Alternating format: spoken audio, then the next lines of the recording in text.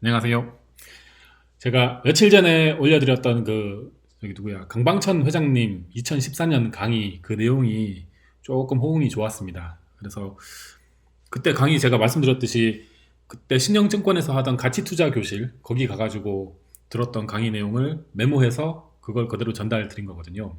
다시 말씀드리지만 저는 그때 이미 가치투자 철학이 충만한 상태였습니다. 혹시 배울 게 있나 싶어서 방문했고요. 좋은 선생님들 얘기를 많이 듣고 좋았던 시간이었는데 거기 이제 그 영상에 이런 댓글이 달렸어요. 나무나님께서 허남권 대표님이나 이채원 대표님이나 이택환 대표님 말씀도 들을 수 있을까요? 했는데 이 세 분 거는 내용이 없고 찾아보니까 최준철 대표님 강연 내용은 있는데 말씀하신 분들 것은 없네요. 어떻게 하면 좋죠? 라고 했더니 여기 살포시 좋아요 한 개 눌러 놓으셨더라고요. 그렇다면 최준철 대표님 강연을 동의한다는 뜻으로 생각하고 최준철 대표님 거를 이제 또 한번 그때 메모했던 거 싹 한번 읊어드리겠습니다. 2014년 최준철 대표님 인사이트입니다. 이것도 2014년 5월 10일에 쓴 글이죠. 이때는 이제 VIP 투자 자문 최준철 대표님이셨는데 지금은 이제 투자 자문 아닙니다. 이제 지금은 자산운용입니다. 자산운용. VIP 자산운용. 뭐 다 아시다시피 최준철 대표님은 김민국 대표님하고 스믹 2기 출신으로 같이 이제 창업해가지고 지금까지 사업을 하고 계시고 뭐 이런 거 다 아시죠. 요 2014년 당시에 VIP 그 연평균 수익률이 19% 정도라고 했거든요. 그때 운용 자산이 2조 규모니까 어마어마한 수익률이거든요. 이게 한국의 가히 한국의 현자, 한국의 구루 현자라고 할 수 있다. 자산 2조로 연평균 수익률을 10년 이상 19%낼 수 있는 사람이 많이 없을 거예요, 우리나라에. 그리고 아마 지금은 운용 자산이 3조가 넘었다고 제가 알고 있는데 자세히는 모르겠습니다. 그거는 제가 팔로우업을 하지 않아가지고. 어쨌든 2014년에 최준철 대표님의 강의 내용을 메모한 거를 제가 이제 공유를 해드리겠습니다. 이때가 시장 분위기, 이때 시장 분위기. 가치 투자자는 얼마를 벌까 보다는 어떻게 하면 안 깨질까를 생각해야 된다. 그러니 상방을 보기보다는 하방 경직을 보고 투자해야 한다. 더불어 가치 투자자는 시장을 볼 필요가 없다. 기업에 집중해야 한다. 이게 제가 그 블로그나 여러 가지 매체를 통해 항상 드리는 말씀이 어차피 우리가 어떤 주식을 딱 매수하는 순간 오르든지 내리든지 맞죠? 오르든지 내리든지 뭐 기업과 동행하는 투자를 하든 아니면 뭐 시세 차익을 뭐 누리려고 투자를 하든 어쨌든 우리가 투자한 금액 대비 평가 수익이 나든 손실이 나든 방향은 두 개예요. 보합이 있다고 하는데 뭐 시세가 이렇게 사람 죽은 것처럼 옆으로 쭉 가진 않잖아요. 항상 뭐 뭔가 이탈이 되게 돼 있는데 안 깨질까 왜 생각해야 되냐면 안 깨진다는 건 결국은 올라간다는 거잖아. 맞죠? 안 깨진다는 건 올라간다는 거야. 이 말을 생각해 보면. 그러니까 이거 역설적으로 이건 상방을 보고 투자를 역설적으로 상방을 보는 거예요. 왜냐하면 안 깨지면 결국 오르는 거니까. 그러니까 그럼에도 시장 상황을 한번 짚고 넘어가고자 한다. 과거보다 시장 변동성이 많이 줄었다. 이 당시에 그랬었죠. 지수가 2000포인트에서 800포인트로 추락하지도 않고 그렇다고 800포인트에서 2000대로 치솟지도 않았다. 예전처럼 하이 리스크 하이 리턴 시장이 아니라 로우 리스크 로우 리턴 시장이 됐다. 약한 변동성 내에 박스권 시장으로 변했다. 우리나라 경제의 저성장과 맞물려 있다. 이때는 그랬어요. 작년에는 유동성이 풀려가지고 코로나 그 팬데믹 이후에 유동성이 풀려가지고 시장이 뭐 좀 기형적으로 상승했지만 그 전에는 이런 분위기였어요. 이런 분위기. 그냥 박스권. 근데 이 박스권 장세에서 돈 많이 버신 분들이 많이 나왔어요. 그래도. 어쨌든 이 당시 시장 분위기는 박스권이었다. 가치 투자자는 시장을 보지 말라고 하지만 주식 시장에서 활동하는 우리가 시장의 영향을 아예 안 받을 수는 없죠. 그래서 약한 변동성을 가진 박스권 장세가 되다 보니 최근에는 가치 투자하기가 쉽지 않다. 난이도가 높은 시장이 되었다. 개인 투자자들이 예전보다 기업 가치에 대해 인식이 제고된 이유도 이런 시장 난이도에 한몫한다. 그러니까 옛날에는 대학생이 뭐 석박사가 초딩들 두들겨 패면서 막 쉽게 돈 벌던 시장이었는데 이때도 이제 슬슬 이제 기업 가치 분석도 하고 뭐 섹터나 기업 분석도 하고 또 이때도 제 기억에 기업 탐방 가면은 탐방 다니는 개인이 빡 늘었대요. 그래서 탐방 다니는 개인들도 많아지고 뭔가 개인 투자자들이 똑똑해지면서 기존의 초딩들 두들겨 패가지고 돈 벌던 형들이 이제 뭔가 힘들어졌어 라고 느끼던 그런 시절이었나 봅니다. 그래서 어려운 시장임에도 불구하고 가치 투자의 저력을 믿는다. 그래서 장기적으로 마켓 대비 아웃퍼폼할 수 있는 좋은 투자 철학이라고 생각한다. 이거 다 최준철 대표님이 말씀하신 거예요. 이 당시에. 마켓 타이밍에 집중하느니 기업에 집중하는 것이 좋다는 말은 여전히 유효하다. 빠뜨린 것이 있는데 우리나라 경제체제가 과거 대기업 중심 경제체제에서 중소, 강소기업 중심의 경제체제로 체질이 변화되고 있는 것이 감지된다. 여전히 대기업이 강력하긴 하지만 지금 보면은 이때 없었던 회사 뭐 있죠? 이때 존재는 했지만 미미했던 회사 카카오 미미한 회사였잖아, 맞죠? 미미한 회사는 지금 뭐 한국 굴지의 재벌로 컸죠. 그리고 스타트업들 이때 존재하지도 않던 스타트업들이 지금 막 엄청난 막 유니콘으로 커 있잖아요. 이 말씀도 어느 정도 맞아 떨어진다고 볼 수 있죠. 그러니까 대기업은 여전히 강하지만 강력한 중소 강소기업이 많이 늘어났죠.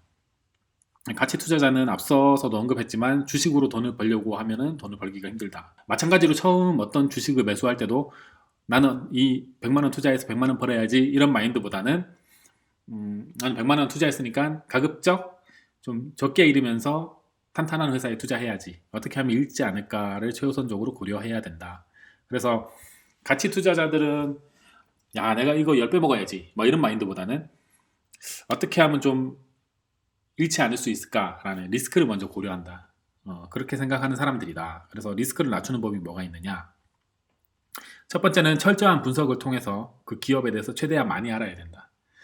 공포는 무지에서 오죠. 제가 항상 드리는 말씀. 많이 알면 공포가 안 생깁니다. 그 다음에 주식은 미래를 다루는 일이므로 실적이나 BM을 얼마나 예측할 수 있는가. 그 다음에 최대한 싸게 산다. 너무나 중요한 안전마진을 반드시 확보한다. 이게 안전마진을 확보하고 안 확보하고 중요한 거예요. 그래서 내가 어떤 자산의 가치를 이 정도로 생각하는데 여기서 딱 매수하면은 시장이 붕괴되면 이게 어디까지 떨어질지 몰라. 한 마이너스 7, 80% 날 수도 있어요. 그리고 나서 다시 오를 수도 있지만. 근데 안전마진 한 이 정도 버려놓고 여기서 샀어요. 여기서. 그러면 좀 떨어져도 완충 효과가 있겠죠. 그래서 안전마진이 다소 적더라도 미래를 예측하기가 수월하면 괜찮다. 이건 버핏 방식.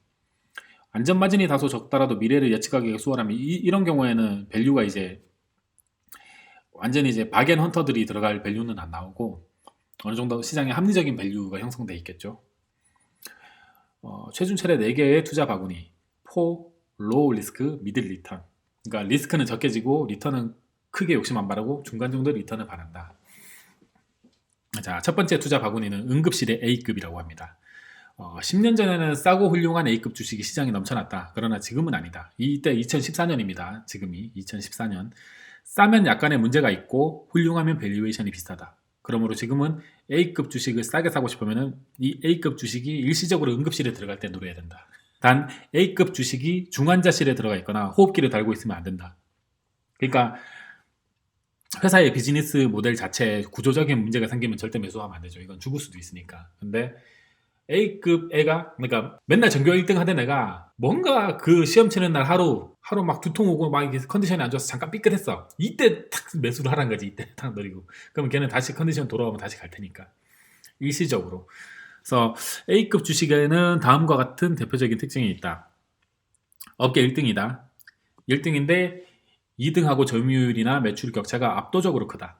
그리고 꾸준히 수요가 발생하는 기업이다. 이게 A급 주식이라고 합니다. 그래서 이런 A급 주식들의 가격이 일시적 악재로 급락하는 경우에, 그러니까 구조적인 리스크가 아니면 몇 가지 작은 리스크들을 수용하면서, 왜냐면은 뭔가 좀 시장에서 바라보는 뷰도 안 좋고 좀 찝찝한 리스크들이 있어요.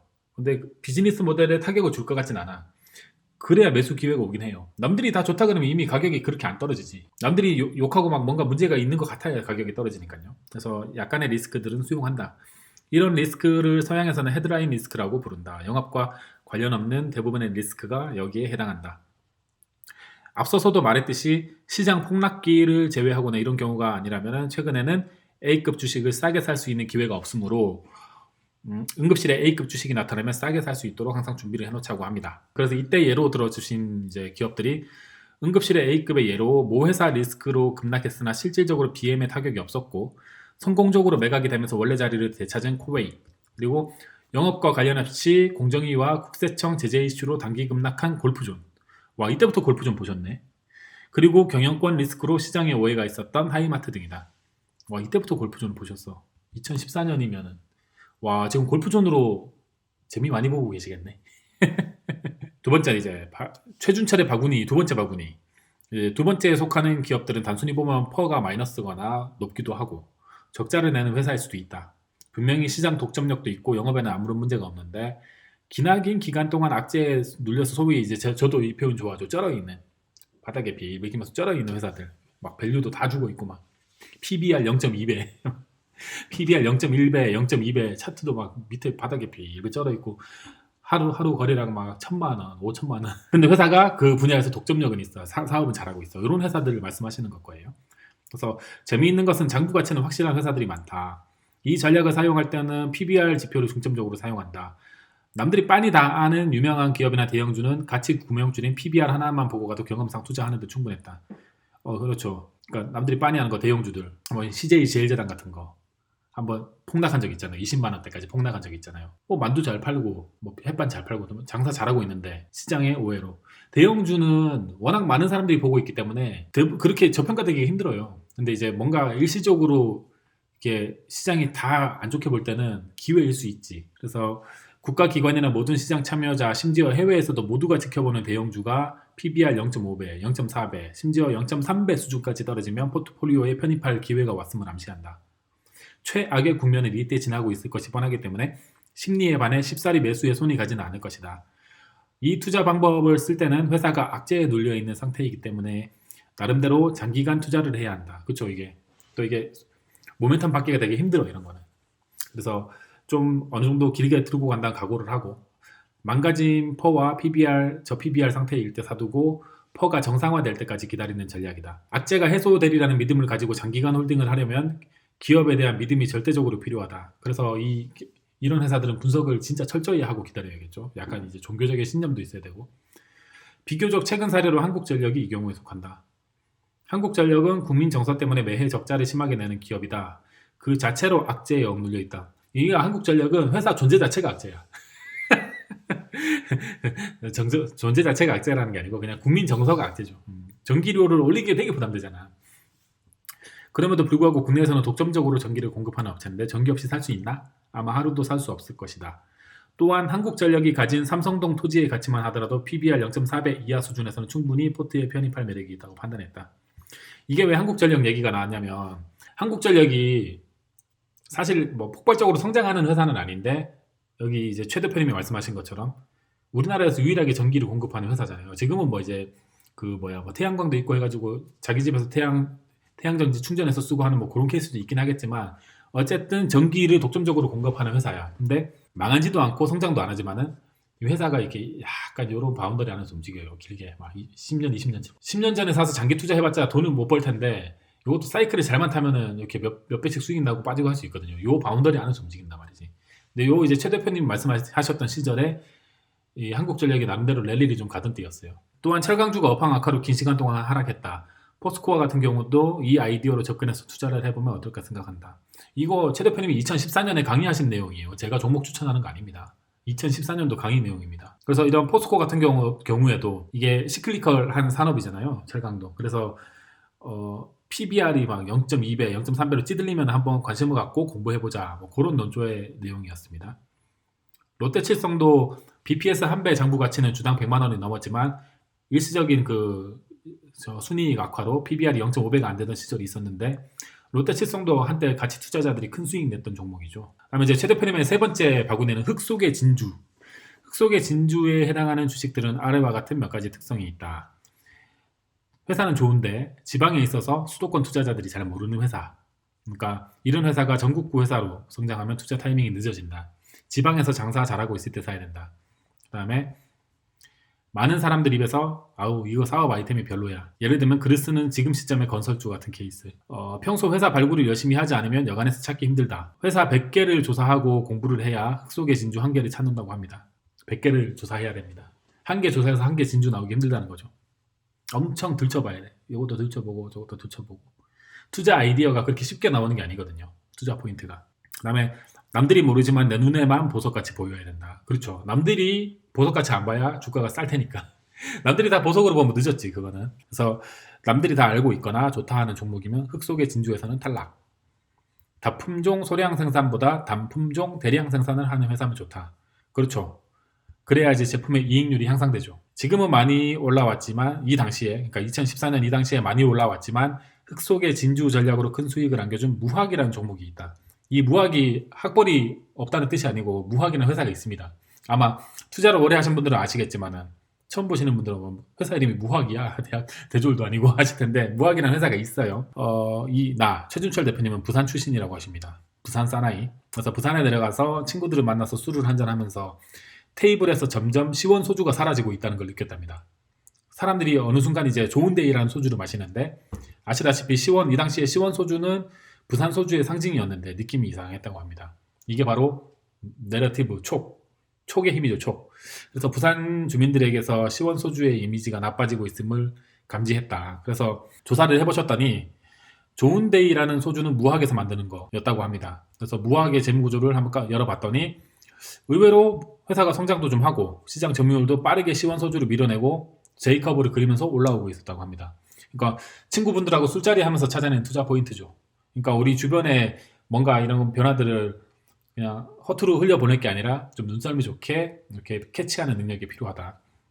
그래서 무학이 아직은 부산 지방에 머물러 있는 회사라서 수도권 투자자들한테 물어보니까 무학이라는 회사에 대해서 잘 몰랐다고 해요. 그래서 아싸 이거다 해서 감사한 마음으로 무학을 저가에 사모아서 보유했고 나중에는 큰 수익을 올렸다고 하십니다. 그리고 이제 이때 이제 2014년 글 쓰는 당시에는 이미 무학은 전국에 있는 가치 투자자들이 다 한 번씩 건드려 봤던 주식이 돼버렸죠. 이미 많이 올라온 상태고. 그래서 지방에서 안 유명할 때 사서 전국구로 올라오면 파는. 비슷한 예로 동원개발이라는 회사가 있는데 이 회사 역시 지방회사다. 그리고 사업 아이템이 건설이기 때문에 시장 참여자 대부분이 포트에 편입을 꺼려하는 산업 분야다. 그래서 더욱 마음에 든다. 흔히 집 장사는 위험하다는 인식이 팽배한데 집 장사도 어떻게 하느냐에 따라 다르다. 여기 보시면은 동원개발도 아마 제 생각에 부산 지역 회사였을 거예요. 나중에는 이제 유명해져가지고 이제 동원개발도 시세에 랠리 한번 펼치고 수도권에서도 다 아는 회사가 됐지만 부산 사람 아니면 모를 만한 회사였거든요. 이 회사도. 그래서 이때 최 대표님이 발견하셨을 때 회사가 무차익 경영을 하고 있었다. 빚이 없었다 일단. 그리고 건설업이 빚이 없다는 건 엄청난 해자인 거죠. 대부분 건설업체들은 빚을 많이 끼고 사업을 하니까 일단 그게 첫 번째 해자였고 동원개발의 집 장사 테크닉은 단순하면서 강력했는데 집을 지어서 분양 경기가 안 좋을 때는 집을 꼭 쥐고 있다가 분양 경기가 좋아지면 몇 배의 이익을 남기고 왕창 판대요. 그걸 계속 반복하는 회사다. 그래서 이렇게 하면은 이익이 극대화되는 전략이다. 이게 회사가 빚이 없으니까 가능한 거죠. 이게 비록 부산 지방의 회사였고 문명의 회사였지만 이런 전략과 동시에 다른 건설사들이 줄줄이 무너지면서 지금은 이제 2014년에 글 쓸 때 부산 지역의 1등 건설회사로 성장하였다. 이러면 이제 언젠가 또 수도권으로 치고 올라옵니다. 이제 최준철의 네 번째 바구니는 예측 가능한 성장이 있는 회사. 이제 요런 케이스의 회사들은 음식료 업종을 예로 들면 우리나라 음식료 업종에 있는 기업들은 대부분 B2C 회사들이 많고 그죠. 상장 회사들은. 그 다음에 상장 B2C 음식료 회사들은 뭐 딱히 공부를 안 해도 누구나 한 번쯤 들어봤을 만한 그런 회사들이 많을 거예요. 그래서 전 국민에게 친숙한 좋은 브랜드 파워 그리고 고객 충성도를 가지고 있고 이런 회사들은 특징이 어지간하면은 이익이 막 이렇게 들쭉날쭉하진 않다는 거죠. 뭐 수주 회사들처럼 이익이 들쭉날쭉하진 않고 어지간하면 이렇게 딱 플랫하게 간다는 거죠. 그래서 이런 회사들은 이익을 추정하기가 쉽다. 이익이 이렇게 났으면은 당연히 이렇게 나겠지라고 이익 추정이 되는 거죠. 그래서 이런 경우에는 보통 요즘 같은 경우에는 이런 경우는 미래 밸류를 많이 땡겨봐요. 아무리 성장이 느리다고 해도 이익 추정이 쉬우면 이익을 땡겨오기가 좋아. 그래서 좀 그렇게 싸지는 않을 텐데 이 당시에는 보면은 이렇게 매력적인데 과거에는 음식료 섹터가 퍼 5배 이하에서 거래되는 종목이 많았다고 합니다. 그래서 투자자들이 롯데칠성이나 오뚜기 같은 회사의 매력을 알아보지 못하고 저평가 상태로 내버려뒀는데 그걸 외국인들하고 지금 슈퍼게임이 되신 분들이 다 줍줍하신 거죠. 자기네 나라에서는 이미 버핏과 같은 사람들이 이런 섹터 음식료 업종에 이제 밸류에이션을 다 끌어당겨 놨는데 이상하게 한국에서는 이 B2C 음식료 종목들의 밸류가 낮았다. 그래서 우리나라에서는 아닌데 해서 미리 이제 선진국에서 배워온 그 지식으로 우리나라의 저평가 상태이던 좋은 음식료 주식들을 싹쓸이한 거죠. 그리고 나서 머지않아서 시장이 이제 음식료 종목들을 재평가하기 시작했고 요 2014년 당시에 음식료 섹터의 평균 퍼가 15배였다고 합니다. 많이 올랐죠. 그래서 지금은 이제 2014년 이 당시에는 이익 성장률이나 이익률을 고려해 볼 때 이 정도 평가면 충분한 수준으로 올라왔다고 본다. 만약에 음식료 업종을 편입하고 싶으면은 M&A를 착실하게 성공해 나가는 회사가 좋지 않을까 생각한다고 하셨어요. 그래서 이제는 다른 회사들을 계속 인수하면서 덩치를 키워나가고 시너지를 내야 하는 시대로 접어들었다. 역시 역사를 좋아하셔서 그런지 또 역사 얘기를 하셨네. 로마의 성장을 따르는 경우면 좋다. 경기가 나쁠 때 집중적으로 좋은 회사들을 싼 가격에 인수합병해서 덩치를 키워나가고 본업하고 연계해서 시너지를 키워나가는 회사를 잘 발굴하자. 그런 조언을 주셨습니다. 그리고 끝으로 이제 당부를 하셨던 게 가치 투자의 방법론 자체는 쉽죠. 예, 방법론은 쉬워요. 누구나 이해할 수 있어. 문제는 실천하기가 쉽지 않죠. 끈기를 갖기가 어렵기 때문에. 우리가 끈기를 갖고 투자해야 된다는 거 누가 모릅니까? 그죠? 엉덩이가 힘이다. 저는 진짜 훌륭한 주식 투자자는 막 하버드 대학교 나오고 되게 똑똑하고 막 이런 사람들이 아니라 차라리 시장판에서 콩나물 장사를 하면서 살아왔더라도 엉덩이 우직한 사람들, 사물의 본질을 볼 줄 알고 그 사물의 본질에 투자하고 엉덩이를 우직하게 누르고 있는 사람들이 진짜 주식 고수에 적합한 사람들이라고 생각을 하거든요. 그래서 여기서도 나오죠. 끈기를 갖기가 쉽지 않다. 그러니까 끈기를 실천하는 게 쉽지 않기 때문에 가치 투자 방법론은 쉽지만 그거를 구현하는 사람들이 적다는 거죠. 그리고 또 많이 찾아보고 많이 보고 많이 읽고 공부해야 된다. 가치 투자자들은 많이 읽고 많이 보고 많이 공부하는 사람들입니다. 사람들이 그럽니다. 아니 뭐 주식 투자로 돈도 많이 번 사람들이 뭘 하루 종일 저렇게 주식 공부를 하고 있고 뭐 책을 읽고 리포트를 보고 뭐 신문을 보고 하냐. 그 사람들 그거 좋은 거예요, 그게. 예. 그게 좋은데 좋은 일 하면서 돈 번 거야. 그리고 어쨌든 그렇게 많이 들춰봐야지 흙 속의 진주 한 개를 찾을 수 있다. 그리고 이거를 꾸준한 루틴으로 해야 된다. 하다 말다 하면 안 되고 꾸준하게 해야 좋은 성과를 낼 수 있다. 이 당시에 VIP 투자자문에서는 1년에 600개 회사를 탐방했다고 합니다. 지금은 훨씬 더 많겠죠. 지금 회사가 커졌으니까. 최준철은 누구? 뭐 모르시는 분 안 계시잖아요. 우리 준철이 형님. 네. 다 아실 테고 요런 내용으로 강연을 하셨습니다. 공부하시는 분들한테 도움이 좀 됐으면 좋겠네요. 다음에 또 좋은 콘텐츠로 찾아뵙겠습니다. 감사합니다.